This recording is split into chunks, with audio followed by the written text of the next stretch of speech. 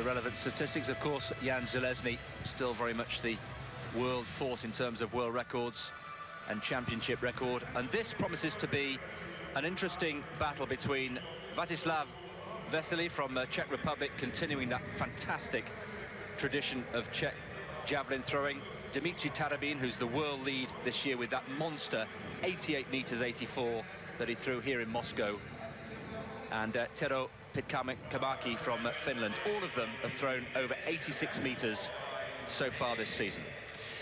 Of course, we all like to have the odd surprise, and the Olympic champion goes in this discipline, doesn't he, Chris? And Kashan Walcott from Trinidad, who only had to throw 84 meters to win the Olympics last year at age 19, said here in Moscow back in late July. So recent great form from Tarabin. Yeah, there'll be a great roar for him. I say a great roar. We hope there'll be a decent crowd in by then. There is Thorkildsen, who, as we were saying, is looking really to recapture some form of old, and whether he can or not is another story. He's a 91.59 meter thrower, the 6th furthest of all time, but that was some time ago. He has won one of the Diamond League events, though, Tim, this year, so he's capable of putting out a big one. So we're just about ready to go. Valery Yordan from Russia will be the first to throw. Well, this isn't a final, but it's still always nice to get the job done nice and early. Silver medalist from the European Championships last year, but funnily enough, wasn't selected for the London Olympics. Of course, he was 20 and a half then.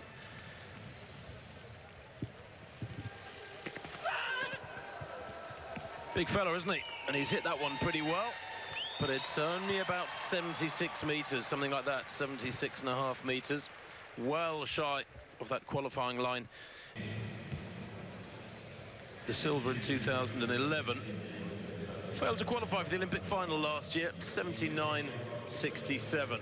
Well, it's a solid opener, but going by what we've seen so far, I don't think it's going to be enough. It certainly looks to me like it's going to take well beyond 80 meters, maybe something around 82 meters to qualify. So, enter for the first time, Václav Veselý, in great form this year. Surely one of the favourites to be among the medals, and that is, I think, yes it is a no-throw, which is a shame because it's way over the qualifying mark, but he'll get the red flag. Just overstepped the mark there. His momentum taking over. 4th in Daegu 2 years ago was Veselý. 4th last year at the Olympic Games, and he's bagged 3 Diamond League victories this year in Monaco and Doha and Oslo, and he'll be frustrated with that because that, in terms of distance, was way over 82.5 meters. Well, Barrett in particular, of course, the Olympic silver medalist last year behind Chicharova. Barrett's are going in Group B, as we see Pitkämäki, another of the favourites, the Finn, crashing to earth with that. But that's the first automatic qualifying throw that will be measured after Veselý's massive one, which was, he just managed to no-throw. That's about 84 meters. Very, very good indeed. 84.5 meters, I would say, from Pitkämäki, who has found his form after 2 or 3 years in the doldrums, frankly. He was, remember, the world champion back in 2007 in Osaka. Huge fella. 84.39 from Pitkämäki. Job done. Very, very satisfying indeed. And next up, another one of the names we've been mentioning already, Andreas Thorkildsen.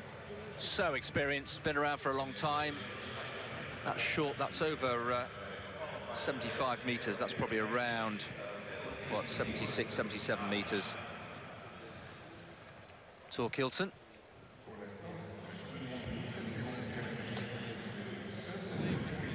Well, what a contrast between that throw from the Norwegian and the effort from Pitkämäki just before it, a no-throw.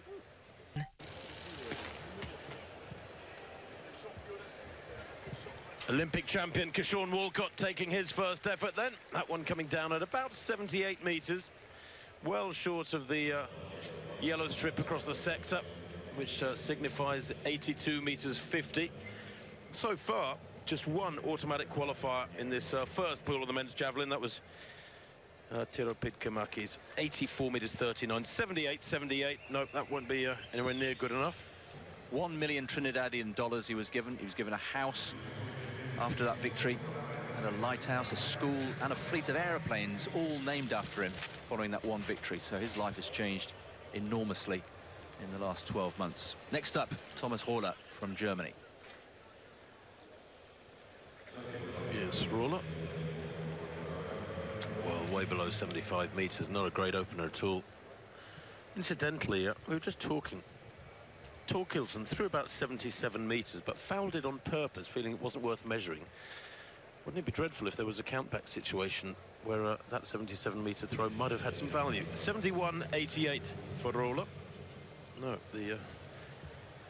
just about the lowest throw we've seen so far. Hamish Peacock of Australia actually only crept over 70 metres with his effort 4 or 5 throws ago. 70.61 from Peacock, who is an 81-metre thrower. Next to throw will be Yulia Ciego from Kenya, who has the honour of being the first Kenyan ever to reach an Olympic final in a field event, which he did last year in London. He's an 82-metre thrower, so he is yet to throw in his lifetime the qualifying mark. How would he get on here, Yulia Ciego? Well, that is decent, actually. That isn't bad at all. It's not, is it? What, about 79 metres? I tell you what, it's quite a bizarre sight, seeing a Kenyan vest in a throwing event. It really is. It's just something you have to sort of do a double take. But he's a very competent technician. 79.56. That is good throwing by Yulia Ciego. So continuing the form from last year in London here in Moscow. 6th best throw. I still doubt if 82 metres 50, the automatic qualifying mark, will be reached by 12 men. And if I'm right in that hunch, then well, place your bets as to what sort of distance will be required. And what we've seen so far, I would say something around 81 metres, something like that. Certainly over 80, I think, will be needed to make the final. Ivan Yaitsev from Uzbekistan, the reigning Asian champion. And that is also a decent effort, over 80 metres. Approaching 81, I would say. And that, based on what we were just saying before, should be enough, or could be enough, for qualification.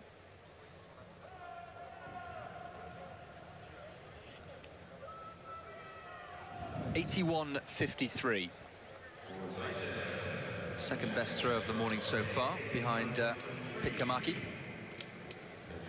As Marcin Krukowski of Poland steps up for his first effort. 83.04 this year. That is his lifetime best. Oh, no, no, no, no. That's a shame. And the angle of attack was all wrong anyway. It's come down below 70 metres. Oh, no. The timing was all wrong. The angle of attack. The angle of the spear at the moment of release. And in any case, he lost balance completely there. And that, sadly, means he's put himself under a little bit of pressure as Kazlu steps forward for Belarus for the last throw of the round, this first round. Yes, the Belarusian, a finalist at the Olympic Games in Beijing back in 2008. Vladimir Kazlu. 82.49 he's thrown this season, just 1 centimetre short of the automatic qualifying mark here this morning, but as we've been saying, that is unlikely to be needed. So Kazlov again, moment of release, that's all wrong again. Too much height, not enough distance, and that's not even made 75 metres. So that completes the first round of throws as we wait to bring you confirmation of that distance, but it's not going to bother the leading throws. And Pitkamaki, little bow there to the spectators who are applauding his opening effort and his final effort today, because the job is done, and Pitkamaki can now focus on the final. He's the only one that can. Now, opening round 2, Valery Jordan.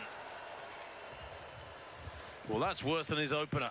He's having problems. 76.92 with his first round effort, and that has come down at about 72 metres, something like that. And this is an 83-meter thrower. This year, you're down almost in the world top 10 for this season. The final, by the way, is a couple of nights away. It's on Saturday evening, 72-79. Next up, Stuart Parker, who, by contrast, had a very nice opening throw of over 80 metres, as you can see there. And that, actually, on its own, may be enough to put him through to the final. What can he do with his second? Not as good. Short of 75. Coach there looking on. Strange, isn't it? Because his first effort was so good, hit it so well, and that one was all wrong in the second round. Now, Guillermo Martinez of Cuba. His opening effort was a little disappointing. It was 79-67. If you want the bits and pieces to go with it. I don't think that'll be enough, though.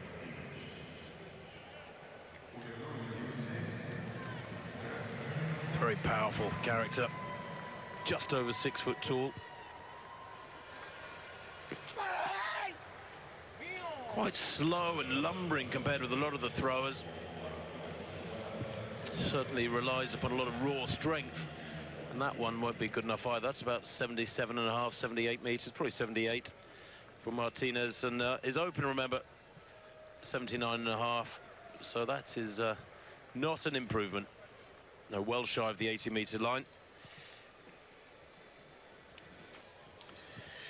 Now, time for Vitas Vesely to make sure he registers a mark here, because his first effort was an absolute monster. We reckon approaching 88 meters. It was an absolute huge throw, but unfortunately he overstepped the mark, so it was a no throw. So Vesely, if he can get that same combination of technique and speed right, then he should be fine. Coached by the great Jan Zelezny, who's still the world record holder. Here is Vesely. Well, this time he's within the mark, and that is, well, it's short of the automatic qualifying. It's around, what, 81.5, 82 meters. So less on the distance, but at least it gets him the white flag.